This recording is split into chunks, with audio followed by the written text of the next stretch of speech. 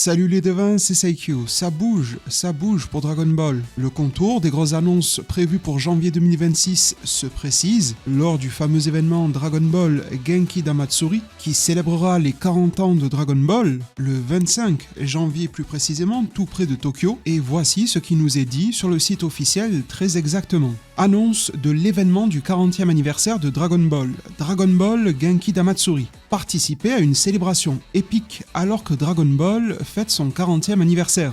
Préparez-vous à des annonces exclusives, des nouveautés passionnantes et une présentation spectaculaire des tout derniers contenus Dragon Ball. Le tout réuni lors d'un événement inoubliable. Assistez à l'événement sur scène mais aussi en direct sur la chaîne YouTube officielle de Toei Animation. Ne manquez pas la célébration ultime de Dragon Ball. Fin de la citation, il y a quelque chose de très important. Déjà le site sur lequel on peut lire ces infos, il propose à la fois le japonais que l'anglais. De plus, la chaîne YouTube officielle de Toei Animation le diffusera en japonais mais aussi en anglais. On comprend dès lors que si l'événement est fait au Japon, il est aussi là pour toucher le monde entier. L'anglais, de toute évidence, aidant à sa propagation à l'international.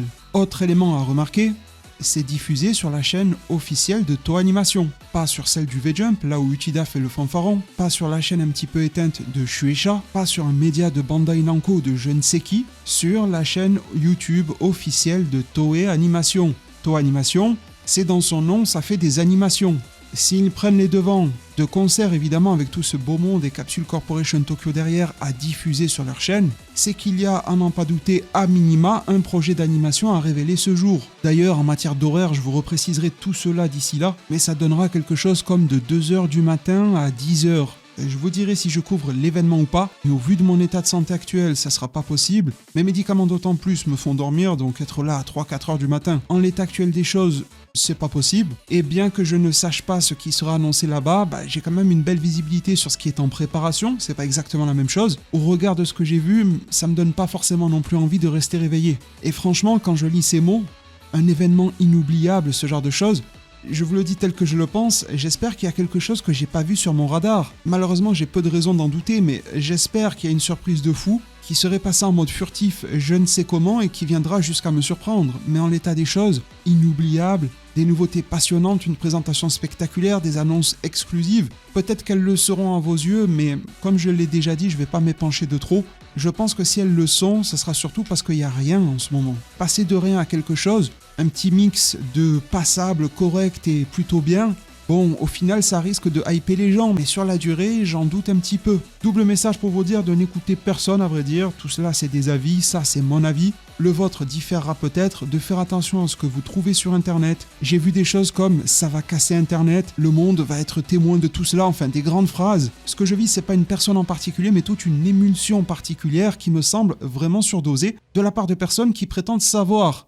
Si tu sais, ça me paraît un peu bizarre d'en dire autant. Mais à la limite, quitte à écouter quelqu'un, je préfère que vous partiez d'assez bas avec moi et que vous soyez tout à fait réjouis ensuite en me disant « bon, finalement, pour moi, c'est cool », plutôt que de vous dire « oui, ça va être la journée du siècle » et d'être déçu. On verra bien. J'espère qu'ils y mettront le paquet. Ce que j'attends de tout cœur, c'est une roadmap, un affichage, une chronologie de ce qui arriverait pour Dragon Ball sur plusieurs années, comme les ayants droit dans le monde entier savent le faire, mais pas sur Dragon Ball et pas souvent au Japon de manière générale. Ça prend vraiment la tête à tout le monde de pas le faire et c'est un gros manque de visibilité. Pour y voir un petit peu plus clair, le site officiel redétaille les différentes scènes qui seront présentes ce jour-là. Les horaires sont japonaises, mais du coup ils ont traduit eux-mêmes les noms des scènes qui auront lieu en anglais, plus on a une mise à jour des invités. L'ouverture de la journée, ça sera le Genki Da Stage, partie 1. Avec des annonces au pluriel exclusives. Les intervenants seront Masako Nozawa, voix de Son Goku, et Akio Yoku, toujours qualifié de producteur exécutif et on le sait à la tête de Capsule Corporation Tokyo. Aujourd'hui, c'est lui peu ou prou qui a récupéré les droits concernant l'animation et les jeux vidéo Dragon Ball. Cela dure 30 minutes et place au Genki Da Stage Plus, avec l'annonce d'un nouveau jeu. Un nouveau jeu vidéo, c'est écrit noir sur blanc. Et les intervenants sont assez particuliers. De nouveau Akio Yoku, ça fait sens. Hironobu Kageyama, l'artiste qui chantait entre autres Chala et Chala, vient-il sur cette scène car il fait l'opening d'un nouveau jeu vidéo? Ça serait intéressant. Mais on remarque aussi le producteur de Dragon Ball Sparking Zero, Jun Furutani. Qu'est-ce qu'il fout ici? Est-ce que c'est pour des prolongements à Sparking Zero, une mise à jour, un remaniement de fond en comble, de la cave au grenier? C'est tout ce que j'espère pour le jeu, sinon même avec des gants Mappa, je n'y joue pas. Un nouveau projet sur lequel il aurait été décalé en tant que producteur à nouveau. Allez savoir donc, mais on a aussi et surtout le producteur général des jeux Dragon Ball, Masayuki Hirano. On l'a de manière notoire connu sur Dragon Ball Xenoverse 2. Et le voir arriver sur un panel dédié à l'annonce d'un nouveau jeu vidéo, ça soulève des questions. Le duo qu'il forme avec Jun Furutani sur scène paraît assez baroque. Peut-être travailleront-ils ensemble, mais j'espère que Furutani n'est pas là pour saboter le prochain Xenoverse 3. Xenoverse 3, ce n'est qu'un secret de Polichinelle. Tout n'est que question de temps. Est-ce que ce sera sur cette scène ou non? Les planètes semblent s'aligner, mais sachons prudence garder. Juste après l'annonce de ce nouveau jeu, il y a la partie 2 du Genki Da Stage, avec de nouveau écrits au pluriel, des annonces exclusives. Et les intervenants cette fois-ci sont les mêmes qu'au début, Masako Nozawa, Akio Yoku, mais avec une mention spéciale, et plus. 3 petits points. On va éviter d'épiloguer là-dessus, mais le et plus tente à dire qu'il y aura des informations supplémentaires et pas une simple redite du matin. C'est quelque chose que je crains, que je redoute encore à l'heure actuelle, mais la présentation des choses laisse à penser le contraire. Ce qui serait cool pourrait nous donner 2 grosses salves d'annonces entrecoupées de la révélation d'un nouveau jeu DB. C'est quand même pas rien. Ensuite, de manière assez sobre, on a une scène dédiée à Dokkan Battle, Legends, ainsi que mon bijou Gekishin Squadra. On n'en sait pas plus, il n'y a même pas des annotations concernant les intervenants. Ça a l'air d'être le petit pestiféré de la journée. J'espère que les annonces y seront tout de même agréables.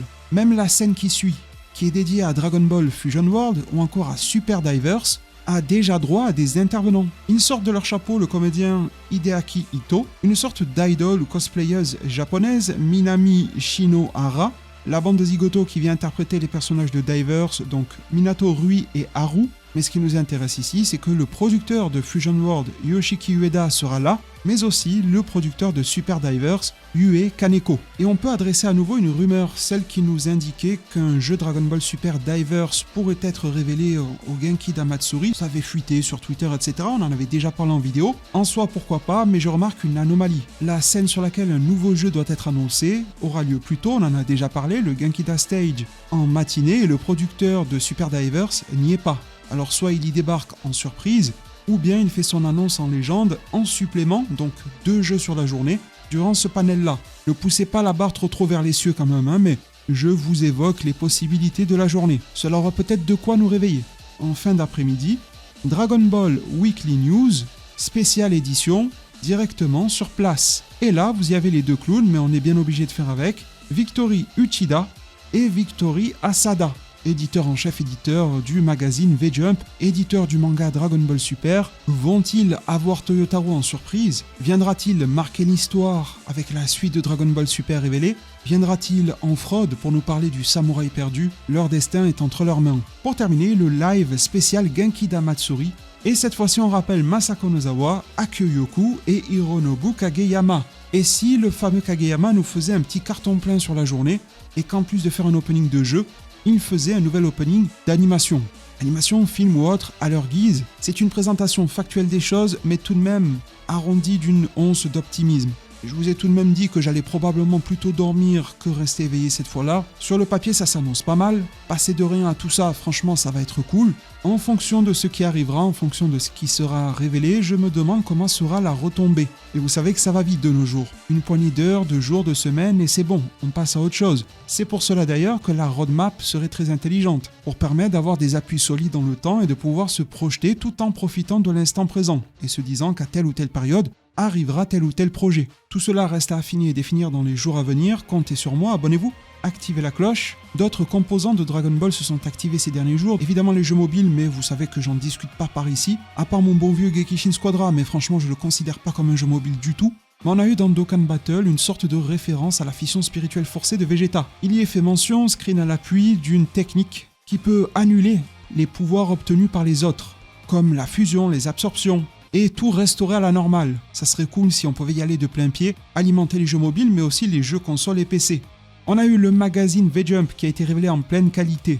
Et non, ce n'était pas dessiné par de l'IA, c'était bien Toyotaro à la plume, de quoi remettre en place les imbéciles. Cela dit, on a bien rigolé parce que la manière dont Toyotaro a dessiné les bouches, notamment celle de Gohan, il n'est pas si loin d'un Niputu, mais bon. On a la figurine, le fameux grand projet du clown Uchida accompagné de son acolyte tout aussi clownesque Asada qui a été révélé. La voici, c'est cette fameuse figurine qu'il nous avait promise. On l'a désormais sous les yeux en très belle qualité visuelle. Et le pire c'est que le projet est pas si dégueulasse que ça. C'est juste que la manière dont ils l'ont présenté est catastrophique en fait. Sinon le petit projet crossover de figurines comme ça est plutôt sympathique, je pense que ça va plaire à des fans, mais bon, nous prendre pour des ânes à ce point c'est abusé. Pour clôturer, je vais pas vous le diffuser en entier, mais vous aurez le lien en description. Dragon Ball Z Kakarot. La partie 2 du DLC Daima arrive en janvier 2026. Dites-moi si des liens pour le toucher moins cher vous intéressent et je vous ferai ça, notamment pour la version PC. Ils nous ont dit que ça sort début 2026 et on y voit que ça va aller jusqu'au SSJ4 de Goku. En théorie, ça devrait englober toute la deuxième moitié et fin de Daima. On n'y a rien vu de révolutionnaire, mais se plonger dans l'ambiance Daima en jeu vidéo, j'en démords pas, c'est excellent. C'est franchement plus agréable à vivre qu'en animé. Pourtant, on pourrait faire beaucoup mieux comme proposition de jeu que Kakarot, mais déjà, en l'état, on voit que ça marche assez bien. Voilà pour ce tour d'horizon, merci infiniment pour votre soutien, pensez à liker, c'est super important. À booster la vidéo, vous avez le résumé du chapitre 29, le tout nouveau de Boruto to Blue Vortex, qui est déjà dispo sur la chaîne. Vous avez aussi le lien en description. À passer chez Animedicorp, tous les goodies Dragon Ball et bien au-delà vous attendent. Avec une promotion aussi, vous avez les codes en description. Commentaires épinglés, c'est facile à trouver. Merci vraiment pour tout, prenez tous extrêmement bien soin de votre futur. Et à plus pour de prochains arts divinatoires.